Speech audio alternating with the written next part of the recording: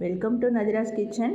இன்றைக்கி நம்ம பார்க்க போகிறது ரொம்பவே ஹெல்த்தியான ஊட்டச்சத்து நிறைந்த பருத்தி பால் எப்படி பண்ணுறது அப்படின்னு நம்ம பார்க்க போகிறோம்.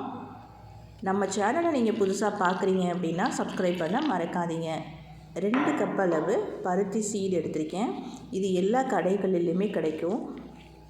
இதை நல்லா வாஷ் பண்ணி எடுத்துடுங்க. ஒரு 3 டைம் மண் இல்லாமல் தூசி எதுவும் இல்லாமல் நல்லா வாஷ் பண்ணி எடுத்துடுங்க.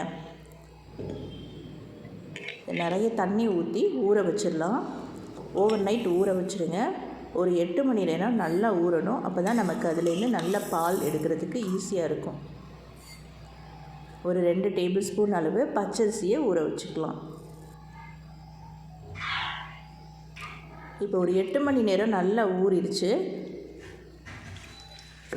இதை எடுத்து நம்ம நல்லா கிரைண்ட் பண்ணி எடுத்துக்கலாம். நம்ம ஊற வச்ச தண்ணியை இதையே சேர்த்து நல்லா கிரைண்ட் பண்ணிவிட்டு நம்ம தேங்காய் பால் எடுப்போம் இல்லையா, அந்த மாதிரி பால் எடுத்துக்குங்க.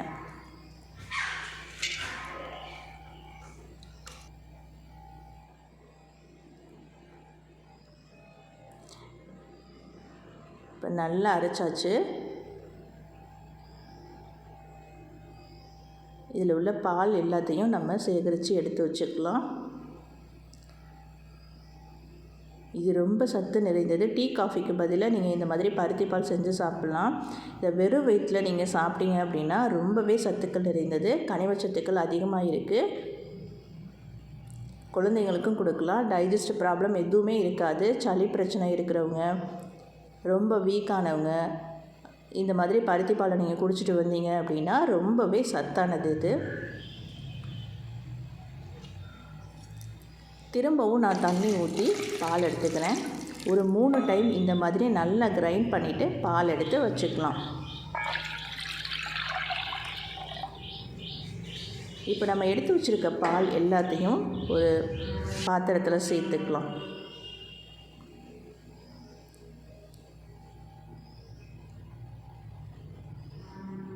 அதிக கால்சியம் சத்து நிறைந்தது.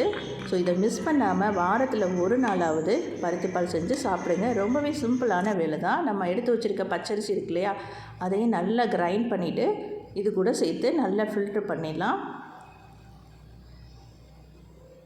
இப்போ நம்ம கை விடாமல் கிண்டிக்கிட்டே இருக்கணும். அடி பிடிச்சிடும், கெட்டிப்பட்டுரும். ஸோ டேஸ்ட்டாக இருக்காது, குழந்தைங்களும் சாப்பிட மாட்டாங்க. ஸோ கை விடாமல் நல்லா கிண்டிக்கிட்டே இருங்க. ரொம்ப நேரம் கொதிக்கணும் அப்படின்லாம் அவசியம் கிடையாது. ஒரு 10 நிமிஷம் தான். நல்லா கொதி வந்ததுக்கப்புறமா நம்ம ஸ்டவ் ஆஃப் பண்ணிவிட்டு இது கூட நம்ம சுக்கு, ஏலக்காய், எல்லாமே சித்திரத்தை இதெல்லாம் சேர்த்துக்கலாம்.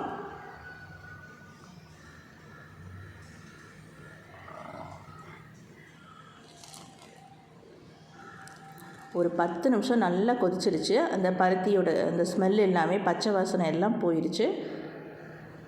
அதுக்கப்புறமா ஒரு 1/2 கப் அளவு நான் சர்க்கரை சேர்த்துருக்கேன், வெல்லம் சேர்த்துருக்கேன். நீங்கள் நாட்டு சர்க்கரை சேர்த்துக்கலாம், கருப்பட்டி சேர்த்துக்கலாம், பனங்கற்கண்டு சேர்த்துக்கலாம். சுகர் இருக்கவங்க பனங்கற்கண்டு சேர்த்து சாப்பிட்லாம்.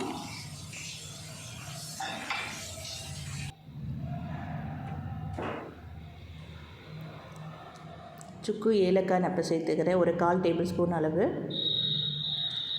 ஒரு பிஞ்ச் சால்ட்டு சேர்த்துக்குங்க டேஸ்ட்டுக்காக.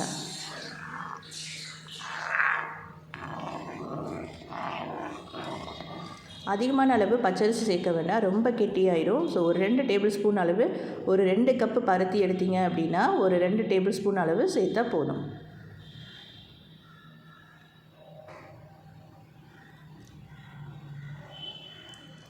இப்போ நல்லா கொதித்ததுக்கு அப்புறமா ஒரு 1/4 கப் அளவு தேங்காய் பால் சேர்த்துக்கலாம்.